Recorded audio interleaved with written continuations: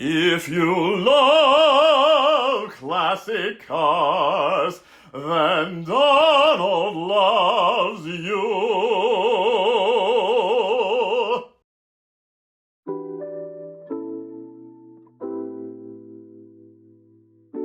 Hi, I'm Donald Osborne, and welcome to the Audrain Automobile Museum in Newport, Rhode Island.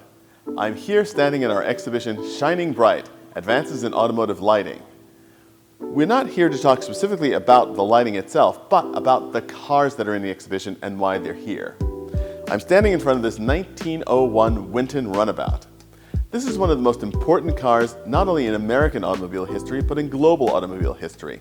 Alexander Winton was a brilliant Scottish engineer who emigrated to the United States and started his car company after his bicycle company in 1897. He built cars that were incredibly sophisticated technically, and also he advanced the production of cars to a level never seen before since the horseless carriage age began. He was the first to actually build replicas of the same car. He built up to 50 cars of the same car back in the 1890s. That's an amazing feat when you think about it. We all think about mass production and the hundreds of thousands of cars which factories effortlessly produce today, but the idea of making something like this, a craft object, replicating it exactly in copies, is something that hadn't been seen before.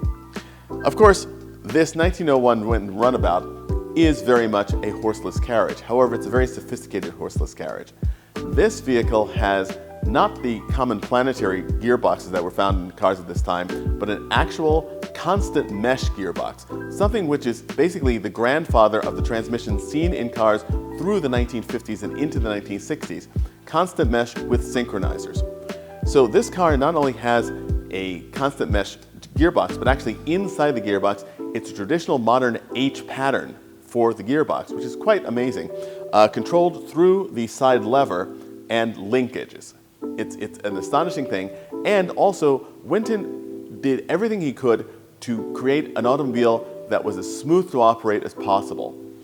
It's a single-cylinder car, but it's amazing in its smoothness when it's running. And that is a very interesting point as well, because one of his early customers was a fellow named James Packard, who bought a Winton automobile in 1898 and was rather dissatisfied with it and wrote to Winton and suggested a few things that he might use to improve his car. Well, much like the famous, if possibly apocryphal, story about Ferruccio Lamborghini complaining to Enzo Ferrari about his car and Ferrari dismissing him and saying, well, if you think you can do better, do it yourself. Winton actually did say that to James Packard, and in 1899, James Packard built his first car.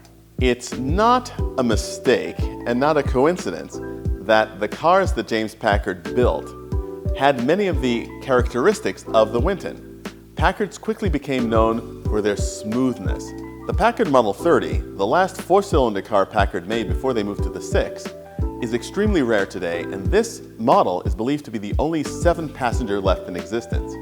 What makes this car even more special is the fact that it was restored by its second owner, Phil Hill, the amazingly talented and noted and famous American racing driver and Formula One champion, and champion restorer.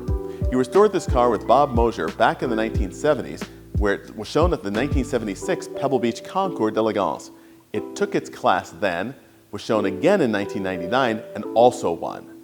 This car is a testament to the level of enthusiasm, respect, and dedication that Phil Hill brought to all of his restorations, especially Packard's, a brand he particularly admired and loved. This is a car that also demonstrates how quickly the pace of automotive development was moving at the beginning of the century. From our 1901 Winton to this 1912 car, it seems like many generations have passed. This is a substantial automobile ready to take to the roads of the time, which were improving slowly, but a car like this could be taken anywhere you wanted.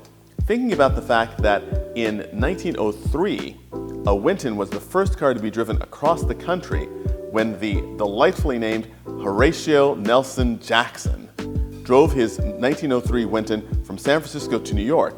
It was a great adventure. It would be like crossing the Gobi Desert on foot.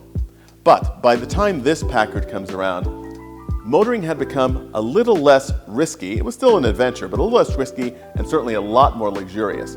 This car is absolutely packed with accessories, which also indicate the wonderful ingenuity of aftermarket manufacturers and how they worked with the car manufacturers to bring a level of comfort heretofore unimagined in a motor car.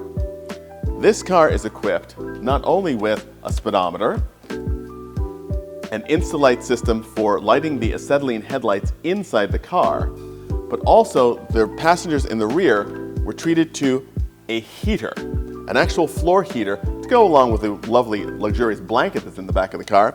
But thinking about heating in a moving motor car, it's absolutely astonishing. At a time when many homes did not have central heating, the fact that you could carry heat with you in your Packard Model 30 is absolutely remarkable and a testament to automotive ingenuity.